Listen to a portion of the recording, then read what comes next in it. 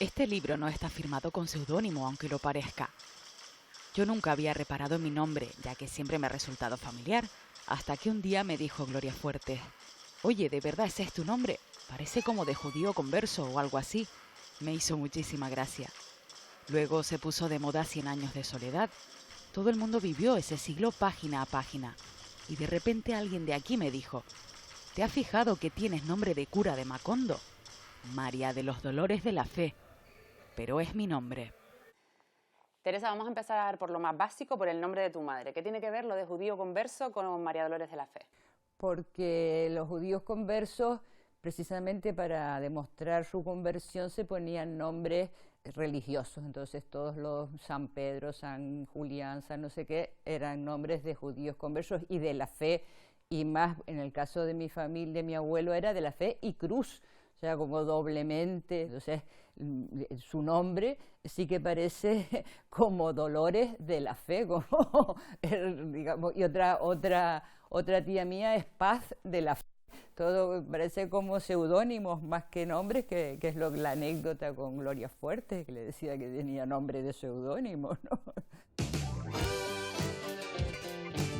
Mi infancia fue la más abatatada. Era una niña gorda, pacífica y sana como una manzana. Estaba sentadita en el rincón del patio en mi casa de la Alameda de Colón, imaginando cosas y leyendo cuentos, feliz.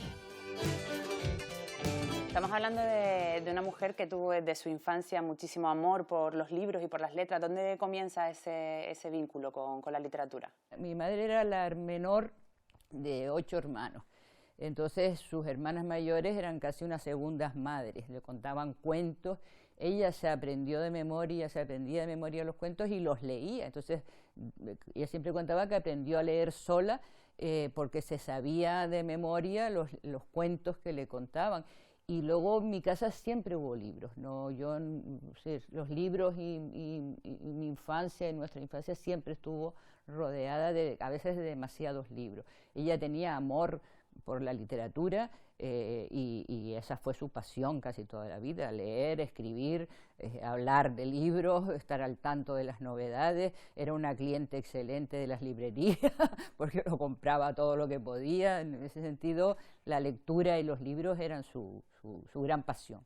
Y la literatura la unió también a su círculo de amigos, después ya cuando entra en el colegio, en el instituto. Es una generación que además salen también nombres muy relevantes de la cultura. ¿Cómo se unieron ellos? Con Carmen Laforet, que es la amiga literaria más destacada, se conocieron en la cola de la matrícula del instituto, porque comparando las partidas de nacimiento, mi madre había nacido el 5 de septiembre y Carmen Laforet el 6 de septiembre. Entonces eso ya ahí empezó una amistad para toda la vida, que duró toda la vida. Y luego sí les unió la pasión por la literatura. Tuvo mucho que ver los profesores y el ambiente digamos, cultural de la República, y luego, porque ella acabó el bachillerato casi cuando acabó la Guerra Civil. Entonces, ese impulso. Había también una profesora de literatura, Consuelo Borrell, creo que se llamaba, o Boruel, que les inculcó ese amor a todos. Entonces ella colaboró desde el principio en una revista del instituto, que sigue ahí cosas que dirigía Pedro Lescano, precisamente. Pedro Lescano era un poco mayor que ella, estaba un curso por encima, pero también estaba el hermano. Entonces era un grupo de gente que les unía ese amor por la literatura y por leer y por comentar y luego a partir de ahí empezaron a perfilarse vocaciones literarias. La más clara en ese sentido es la de Carmen, pero también la de Pedro Lescano, la de Ricardo Lescano. En eso, y sí era una generación que yo creo que no está muy estudiada, pero pues estaba el pintor Antonio Padrón, Manolo González Sosa, el poeta, que también merece destacarse. Esos eran sus compañeros de instituto. Son alumnos saliendo de clase, un grupo de jóvenes que después se agruparían en pandillas. La de María Dolores de la Fe no era una pandilla cualquiera. Eran personas que luego, bueno, ya en su momento, pero posteriormente se convierten en figuras relevantes de la literatura y de la cultura de las islas. Luis de Vegueta, el cronista de Las Palmas. Pedro Lescano formaba parte de esa tertulia. Ella menciona que visitaba su imprenta en la calle Tomás Morales. Carmen Lafuerte también, ellas se conocieron en el instituto y formaron pues lo que llamaban grupitos que crearon una revista que solo tuvo un número que pues es muy valioso, ¿no? Ventura Doreste, como llama, Venturita Doreste, que dice que era el hombre más culto y más leído de su tiempo. Tenía una gran biblioteca, les prestaba muchos libros. Ellas lo que iban a ver películas americanas al Teatro Cuyás, ¿no? Claro que venía, luego hablaban de la película, o el Museo Canario, que dice que era un sitio muy animado. Ya no hablábamos de libros, nos encantaba cuando salían las novedades, pues lo importante es que daba la impresión que era una fiesta esto de reunirse en torno a los libros, es decir, que la comunión intelectual, cultural, era el centro de esos encuentros y de esa amistad que se forja por esos intereses, ¿no? Todos escribían, pero nadie se atrevía a publicar. Cuando Carmen Laforet obtuvo el premio Nada muy joven, pues provocó una conmoción, claro, y comenta que sí, que a partir de ahí todos empezaron a plantearse, o ella empezó a plantearse publicar, ¿no? Una pequeña generación de artistas enormes. Entonces, poco más que adolescentes, ahora, artistas de los que podemos sentirnos orgullosos. Para estar orgullosos hay que conocer, hay que leer, hay que para conocer nuestro pasado, pues hay que hacer el esfuerzo, entre comillas, de adentrarte en él, tener la voluntad de adentrarte en él. Y una vez se conoce, pues puedes querer. Estamos hablando de amigos de instituto, cuando llegan a la mayoría de edad, pues por ejemplo Carmen Laforet o los hermanos Lescano se van a Barcelona. ¿Y tu madre qué hace en esa época? Mi madre acaba su bachillerato y hay una anécdota curiosa que también dice un poco cómo era la situación de las mujeres. Mi madre acabó con unas notas excelentes porque era una mujer muy inteligente, la querían becar para ir a estudiar a Madrid, pero su padre no la dejó porque estaba mal visto que fuera una chica sola a Madrid. Entonces mi madre siempre se quedó con ese gusanillo de no haber podido ir a la universidad porque era una chica. Si hubiera sido un varón no hubiera habido ningún problema que se fuera solo a Madrid, pero una chica, la gente podría criticar que estaba sola en Madrid. Entonces ella, en eso le quedó siempre el gusto, o sea, el resentimiento de no haber podido ir a la universidad. Entonces ella, pues como mi abuelo, mucho criticar, pero tampoco tenía muchos posibles, mi abuelo era contable, mi madre tuvo que ponerse a trabajar. Entonces ella aprendió inglés, aprendió mecanografía, taquigrafía y se empleó en lo que eran las profesiones de las mujeres de aquella época, telefonista, secretaria. Ella fue una excelente mecanógrafa y tenía una velocidad muy tremenda. La taquigrafía, el inglés, eso le permitió trabajar como secretaria de dirección y ahí empezó. Ese fue su trabajo hasta que se casó. Incluso después de casada retomó a veces cuando podía la ocupación de secretaria. ¿Y quién es Luis Bonilla? Luis Bonilla es ella, que como las mujeres no podían escribir, no podían publicar, pues entonces tuvo que adoptar un seudónimo, que también le pasó a muchas otras mujeres en la península, porque estamos hablando de los años 40, los siniestros años 40 en España, ¿no? Entonces, con la guerra recién terminada, la guerra mundial, entonces una situación donde las mujeres era el programa de las 3K, los niños, la iglesia y la cocina. Ese era el horizonte femenino para las mujeres, ¿no? Entonces, pues ella empezó sus primeros pinitos de publicación fueron con ese seudónimo. Después ya muchas veces ya se empezaba a publicar como MD de la Fe. O sea, no su nombre tal cual. Yo creo que ya fueron casi en los 60 cuando empezó ella a firmar con todo su nombre. Hay una faceta de ella muy importante que son los artículos en prensa, de los que la provincia fue generalmente el soporte usado por ella. Y claro, aquellos artículos expresaban su opinión sobre toda clase de acontecimientos, de problemas y de la cultura en Canarias, ¿no? Esos son unos artículos muy precisos. Pues ahí está el pensamiento de una de las grandes mujeres canarias del siglo XX y parte del XXI, ¿no? Merecería la pena recopilarlos y hacer una selección consciente y publicarlos en forma de libro. Tomar la iniciativa de decir, bueno, Lola de la Fe, la recordamos como persona, humana, divertida, generosa, magnífica, pero aquí está su pensamiento. Lola de la Fe pues, fue además una avanzada en todo el movimiento de igualdad y una líder femenina desde su talento. Tú te podías reír con Lola muchísimo porque tenía esa finura, esa elegancia de sacarle punta a casi todas las cosas. Entonces, bueno, yo con ella tuve una gran amistad, sobre todo en los 5 años en que yo fui director de la provincia. Ella como escritora era muy ingeniosa, con un gran estilo literario y sobre todo, siempre insisto mucho en ello, su sentido del humor, ¿no? Y es que por aquellos años era muy popular las secciones de consultas a los periódicos. Y entonces Lola me dice, ¿y por qué no lo hacemos tú y yo? Y dije, ¿qué me dices, Lola? Pues la hicimos, que respondíamos a la Limón firmando con un seudónimo, ¿no?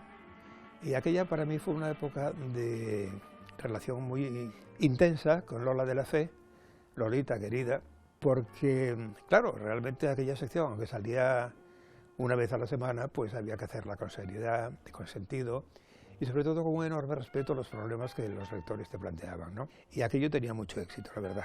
Y de Lola, hoy, que yo tengo 81 años, pues recuerdo por lo menos 5 años de colaboración muy estrecha y después, pues, 40 y tantos años de amistad.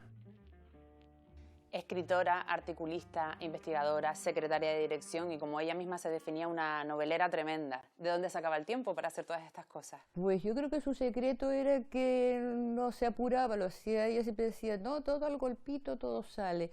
Pero sí que a mí me ha llamado la atención después cuando ya era adulta y bueno, ¿y cómo logró mi madre criar 5 hijos, escribir y hacer todo eso?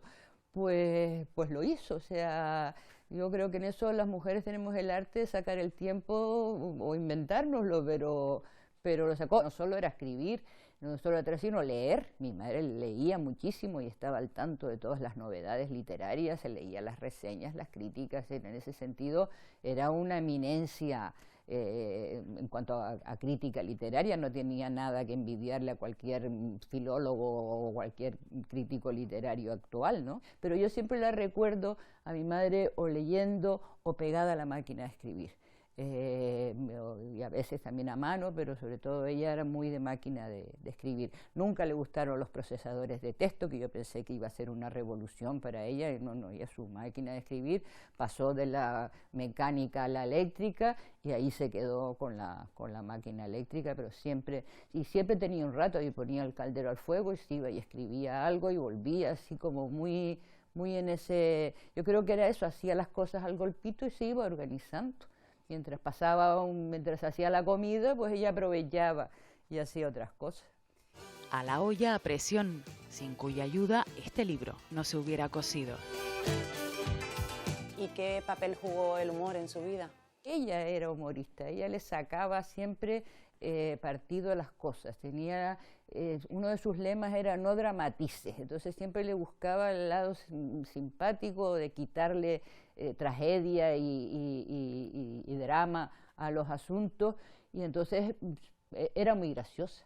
Yo tengo una de las cosas que yo he hecho más de menos, y ella me llamaba a mí casi todos los días y siempre tenía algo que comentar con ironía, siempre te hacía reír, ¿no? Siempre de alguna manera te sacaba alguna sonrisa, e incluso ante las peores cosas y las peores tragedias o tal, ella buscaba siempre el lado humorístico, irónico, a veces un poco sarcástico, pero yo creo que formaba parte de su naturaleza. Yo en eso no es que ella pensase voy a ser un humorista, sino que le salía, era su forma de ver la vida. Ella veía la vida con humor, con amabilidad, tratando de quitar hierro a las situaciones. Entonces yo creo que era un poco una especie como de forma de estar en la vida, o su armadura ante los problemas de la vida. No es que no fuera consciente de los problemas, pero trataba de defenderse poniendo al mal tiempo buena cara. Entonces utilizaba el humor, le sacaba la punta. El humor era contagioso, es verdad, porque sus golpes de risa constantes. Y era una mujer que tenía un pensamiento bastante avanzado y bastante rompedor para la época en la que ella vivió. Y además lo ponía por delante. Y de hecho yo lo recuerdo también cuando nosotros en el día a día en casa y tal, ella hacía siempre un esfuerzo porque tanto varones como hembras hiciéramos las mismas tareas.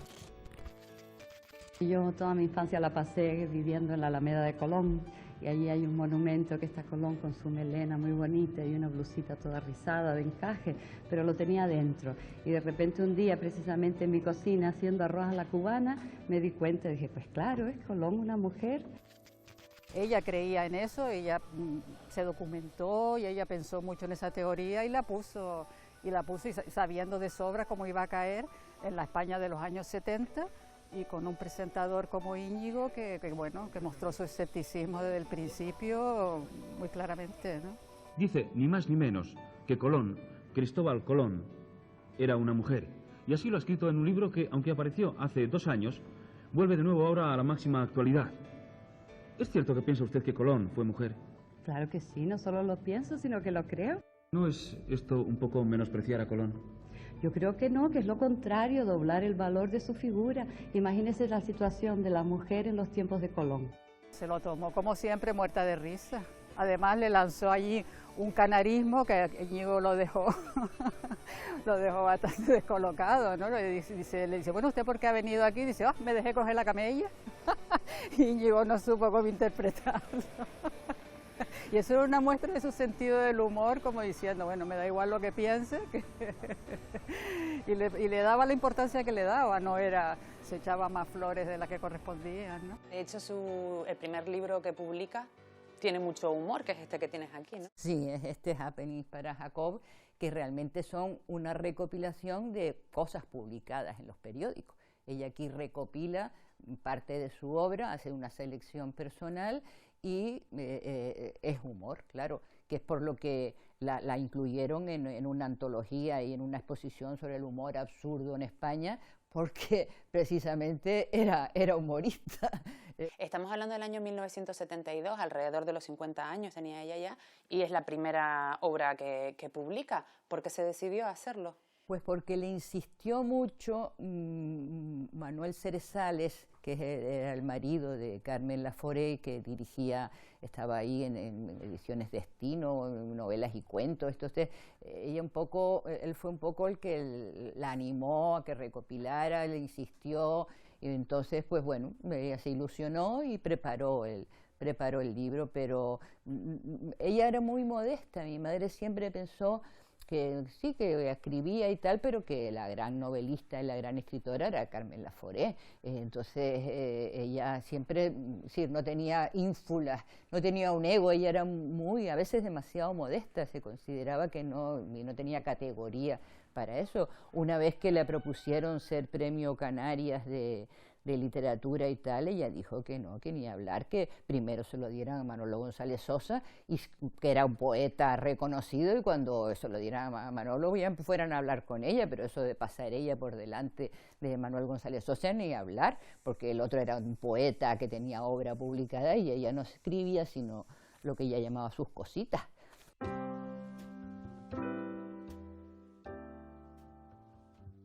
Ella creaba sus personajes y las tramas de forma que de manera natural iban saliendo las palabras canarias y las expresiones también canarias. Cogía estampas de la vida diaria isleña. Por ejemplo, desde el punto de vista rural tenemos Isla Espiral, en donde se describe una visita que realiza la protagonista a una antigua amiga de colegio fallecida. Hay un diálogo post-mortem y hablan de cómo era antes la vida en Gran Canaria y cómo va siendo actualmente. Ella ni satiriza ni moraliza, simplemente da constancia de unos acontecimientos y quien quiera interpretar lo que les interprete. Es verdad que cuando uno va a un texto como Las Palmas casi ayer, casi mañana, allí hay 2 visiones de la ciudad de Las Palmas de Gran Canaria hasta el año 36, del 21 al 36 y luego hasta el 2005.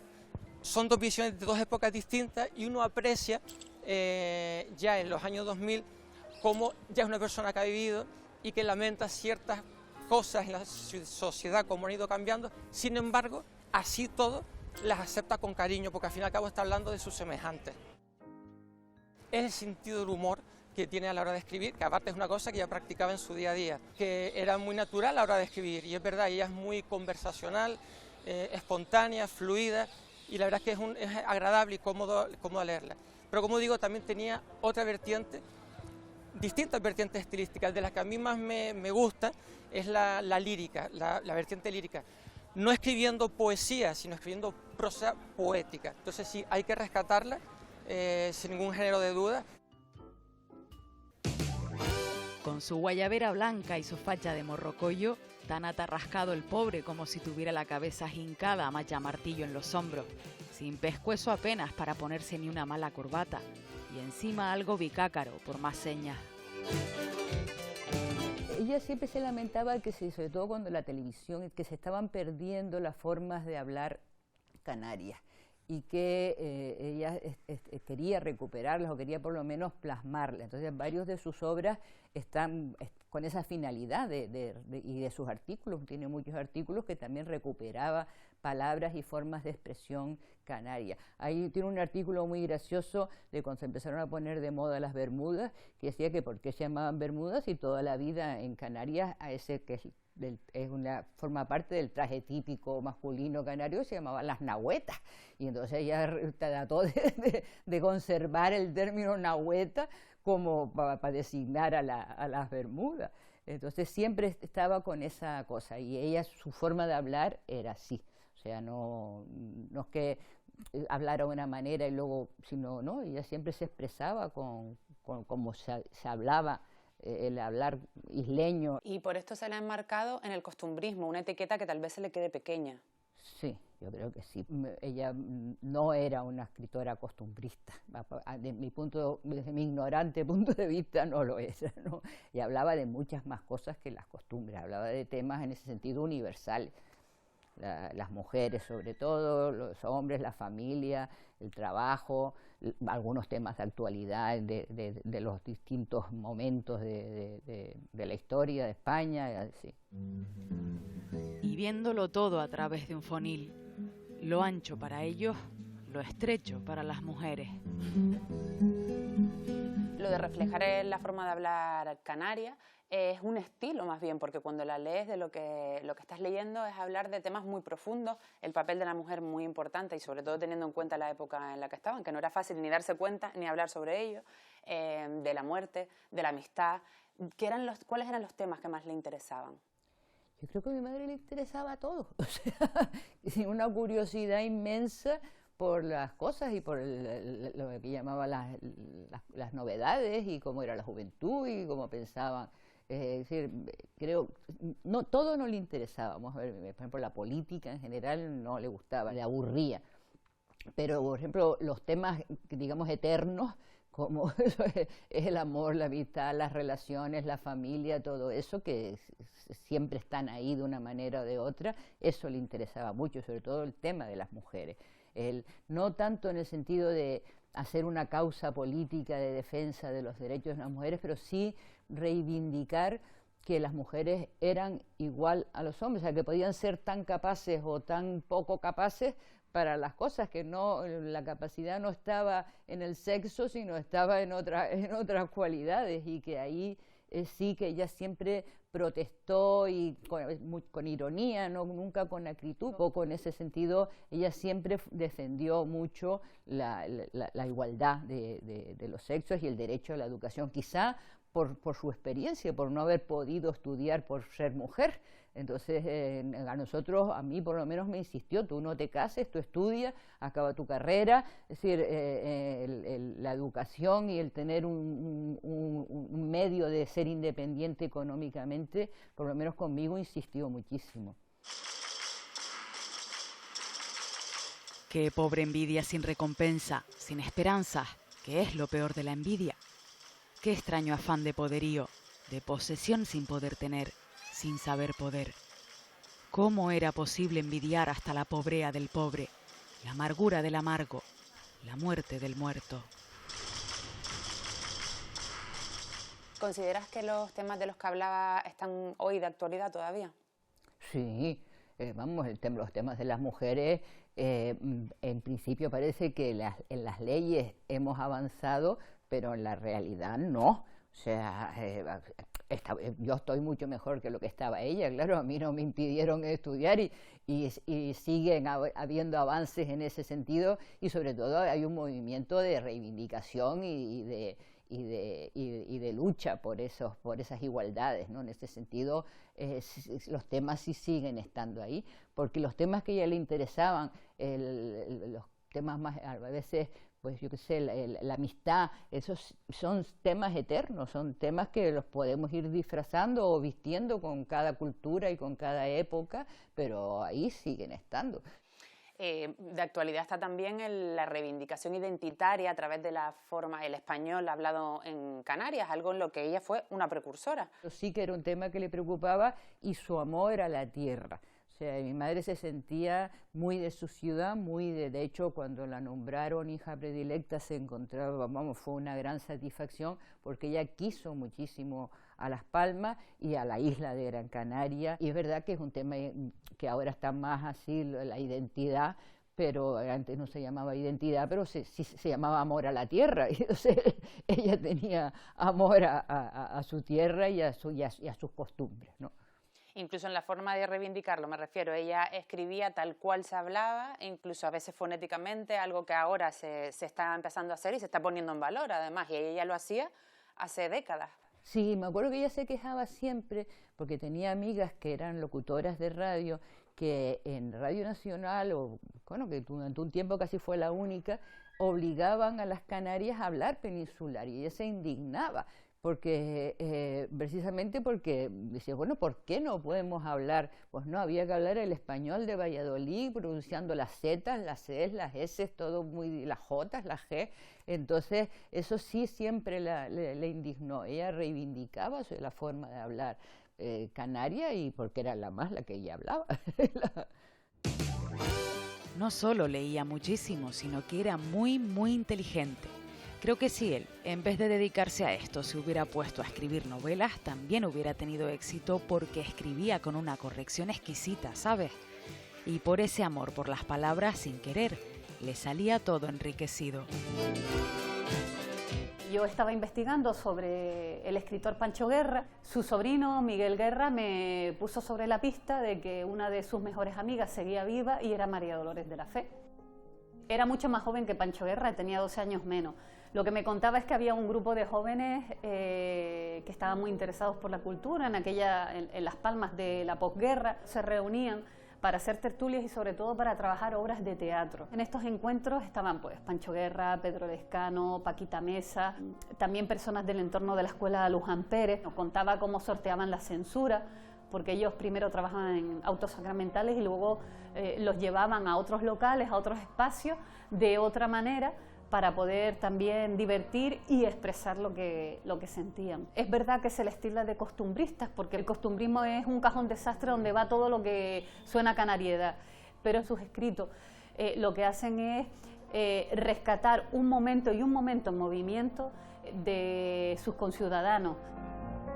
Pancho Guerra venía muchas veces al sur en el coche de Ferón Monzón, con Antonio Padrón, con otras personas de este grupo cultural, porque venían a escuchar a los aparceros, a ver cómo trabajaban, a oler la parcería, y todo eso está no solo en los escritos de Pancho Guerra, sino también en los artículos de María Dolores de la Fe. Por eso nos gusta hablar de un indigenismo literario, más que simplemente un costumbrismo.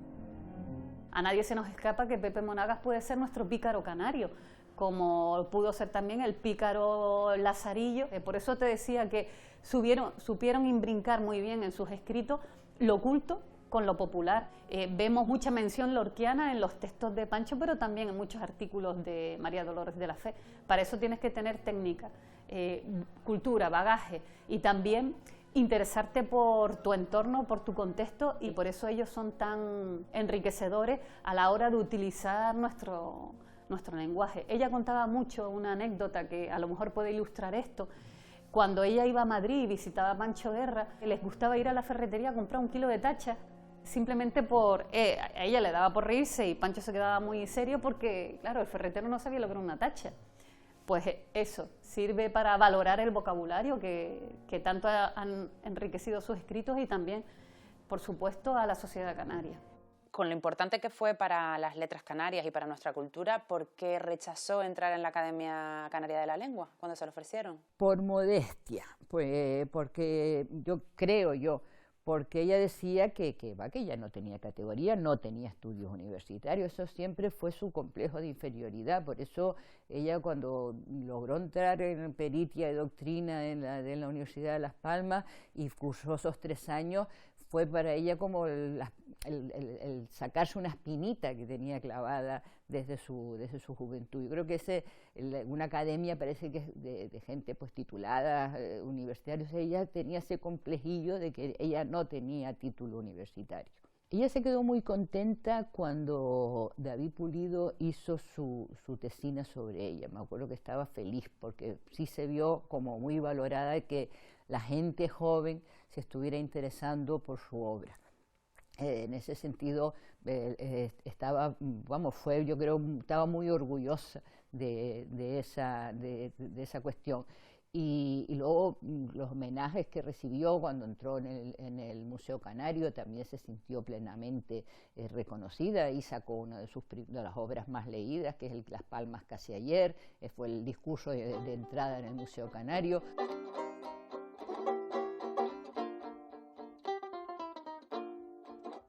Las Palmas casi ayer es el título de la conferencia que María Dolores de la Fe pronunció con motivo de su ingreso en el Museo Canario. Lo que podría haber sido una conferencia de circunstancias, de esas serias y aburridas, ella lo convirtió en una divertidísima autobiografía en la que repasa sus años de infancia entre 1921 y 1936 en su ciudad natal.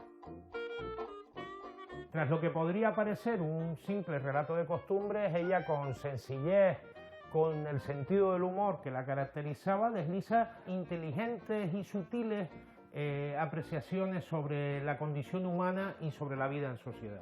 Y acaba, y esto es muy interesante, de un modo más bien sombrío, contándonos cómo vivió ella, estudiante en ese momento, el curso de 1936, vive ese 18 de julio y cómo, por ejemplo, se da cuenta de que a partir de entonces han desaparecido cosas como la coeducación.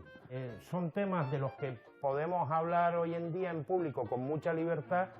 Era un tema que no se trataba demasiado en 1977, que es cuando ella pronunció esta conferencia. Cuando la nombraron de los cachorros canarios, la Orden del Cachorro Canario, también se sintió muy reconocida. Entonces esas cosas sí las aceptaba. Luego ahora ya las academias, ese mundo, pues ya se encontraba un poco fuera de esa dimensión, ¿no? Y también sabía de los piques y cómo es el mundo literario, porque claro, el mundo literario también tiene muchas peleas y muchas cuadrillas y mucho mundo, así que eso a ella no le gustaba. Hemos destacado en esta entrevista de su personalidad, el humor y la modestia. ¿Hay alguna característica que tú como hija destacases de María Dolores de la Fe? Sí, su optimismo y su bondad. Yo creo que mi madre era una persona muy bondadosa y muy generosa. Ella escuchaba mucho a la gente, de hecho por eso muchas veces pues las llamaban amigas o conocidas para contarle sus problemas y ella tenía mucha paciencia. Yo creo que era una mujer bondadosa y muy generosa, no era cicatera, y que para un poco la vida que tuvo, la vivió siempre, estaba de bastante buen humor por lo general, o sea, era una mujer con una sonrisa siempre, vente aquí, ya me echamos un párrafo, tomamos un café, y venía mucha gente a tomar café, su café era legendario, y venían por la cocina de su casa a tomar café y a hablar un poco, tenían muchas conversaciones porque tenía muchos amigos y cuando uno tiene muchos amigos es porque los amigos la quieren. Yo creo que ella era una mujer en ese sentido bastante querida, ¿no?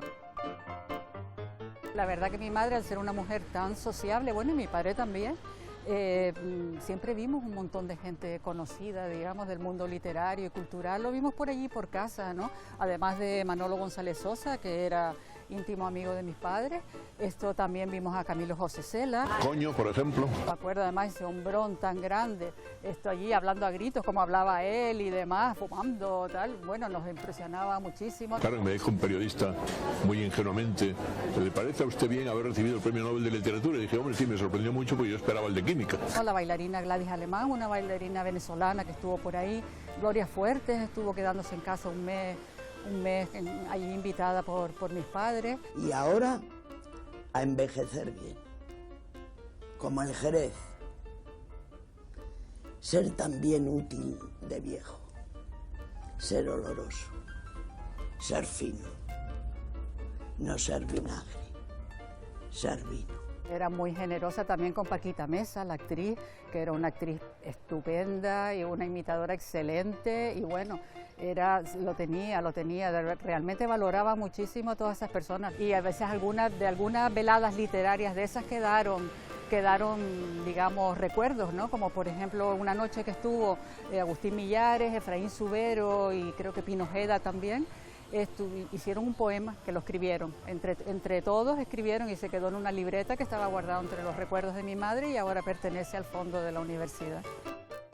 Estamos haciendo esta entrevista en esta sala de la Universidad de Las Palmas de Gran Canaria porque es donde está el Fondo María Dolores de la Fe, que es material que donó la familia para la universidad. ¿Qué contiene este fondo? Contiene un montón de papeles, su correspondencia con un montón de gente, no solo Carmela Foré, hay cosas de Camilo José Cela, de Salvador Panis, ella tuvo correspondencia con mucha gente y luego pues toda su obra periodística, los originales, creo que fundamentalmente hay algunas fotografías, es decir, ese tipo de cosas es su obra, pero como está todo sin clasificar y sin estudiar, tampoco nosotros nos metimos a hacer un estudio detallado, sino más bien a meterlo en caja y donárselo a la universidad en espera que haya alguien que se tome ese trabajo como parte, digamos, de su labor académica. Pero yo creo que las correspondencias y su obra periodística